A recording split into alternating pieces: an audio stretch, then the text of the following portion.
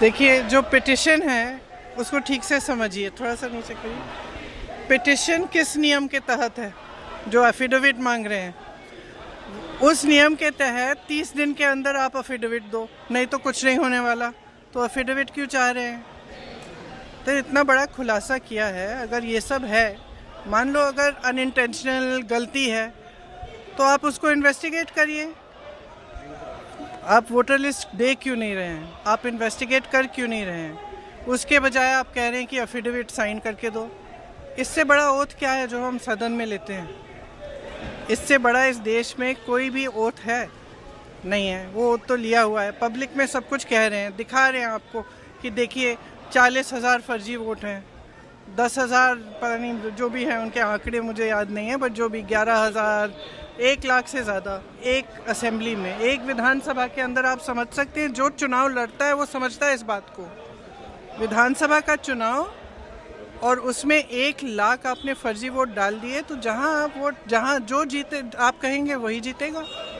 स्पष्ट है, उससे कम चाहिए होते हैं विधानसभा में। तो 25 सीटें ऐसी सीटें 30,000 का मार्जिन है, तो क्या आप चाहेंगे कि इनकी इन्वेस्टिगेशन होनी चाहिए? कैसे आपने आगे बढ़ेंगे? देखो, आगे जैसे बढ़ेंगे वो इंडिया गठबंधन के जो नेता हैं सब आपस में चर्चा करके वही तय करेंगे कि आगे कैसे बढ़ना है। लेकिन ये बात स्पष्ट है कि इस पूरे मामले में गड़बड़ है। ये तो आपने भी देखा है, आपको भी बहुत स्पष्ट हो गया होगा। और जो जिस तरह से बीजेपी और बाकी नेताओं, इनके नेताओं का और जवाब आ रहे हैं, उससे स्पष्ट है। भाई, अगर कोई कह रहा है कि गड़बड़ है, अब किसी भी चीज़ में, आप टीचर के पास जाओ, बोलो मैम चीटिंग हो रही है, तो टीचर क्या कहेगी? थप्पड़ मारेगी तुम्हें कि बोलेगी कि मैं चीटिंग चेक करती हूँ कि क्या हो रहा है। और यहाँ क्या है कि उल्टा उनको, एक तो उनको गाली दे रहे हैं, सुबह से शाम तक कुछ ना कुछ उल्टा सुल्टा बोलते रहते हैं उनके बारे में,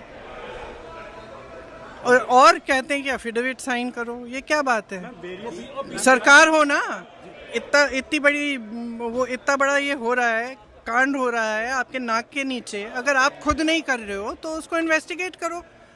काम पता नहीं पूरे ऑपोजिशन को तो इन्वेस्टिगेट कर रहे हो, ईडी कर रहा है, सब कुछ हो रहा है, तो इनसे कराइए इन्वेस्टिगेट।